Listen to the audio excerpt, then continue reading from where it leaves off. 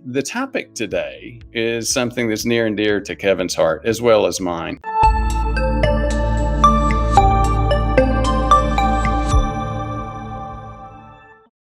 Both of us worked in organized medicine for many years. Both of us felt and understood some of the challenges that you get with organized medicine. Let's just take a quick look at the article that was presented, and then we'll start discussing it. So again, the term they were using in terms of their interpretation was vital exhaustion. It was a research program. It was an article presented at the 2021 Acute Cardiovascular Care Conference in the European Society of Cardiology. It found an association between stress or vital exhaustion and heart attack in men. This is not new. It's replication of stuff we've seen many, many times before. This is a European Russian view on prolonged or inescapable stress and cardiovascular risk. It refers to excessive fatigue, feelings of demoralization, increased irritability, particularly when they're unable to adapt to prolonged exposure to psychological stressors.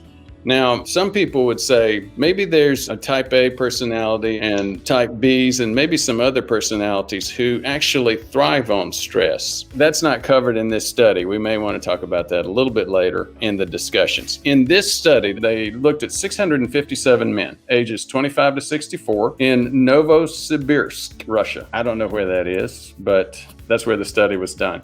They did an evaluation using what they call the Maastricht Vital Exhaustion Questionnaire.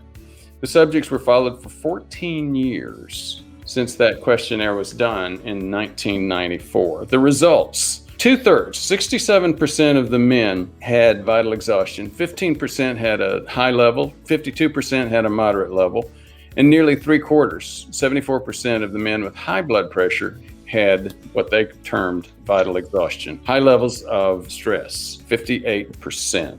Men with moderate or high levels of stress had 2.7 times more risk of heart attack within 5 years. This is adjusted for things like age, blood pressure, smoking, and other things. 2.25 times within 10 years and 2.1 times within 14 years. The risk of a heart attack linked with stress was higher in never married men, divorced men, and widowed men compared to married men. The ratios were 3.7, 4.7, and 7.0.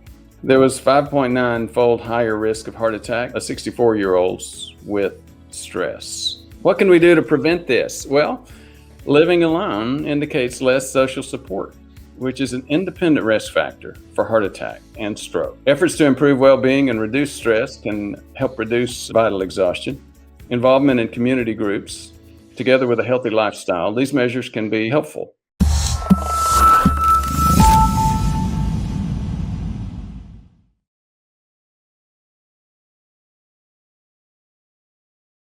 So I'd like to talk with you a minute about the webinar. People don't understand what the webinar is.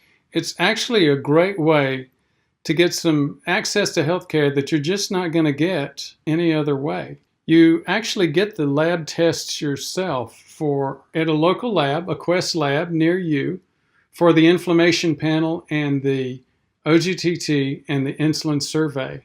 These are things, inflammation and prediabetes, that your doctor just does not know about.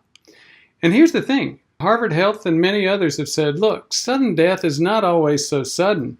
The Hollywood picture that it's a bolt out of the blue is not realistic. It's more like real lightning, preceded by clouds, wind, and rain. Stop that metabolic storm before the lightning strikes. And here's where that metabolic storm comes from. It's inflammation, and it has to do usually with prediabetes. So again, we actually get labs. We go over them in the webinar, and then you can start finding out how you can prevent that heart attack others said that you couldn't even predict.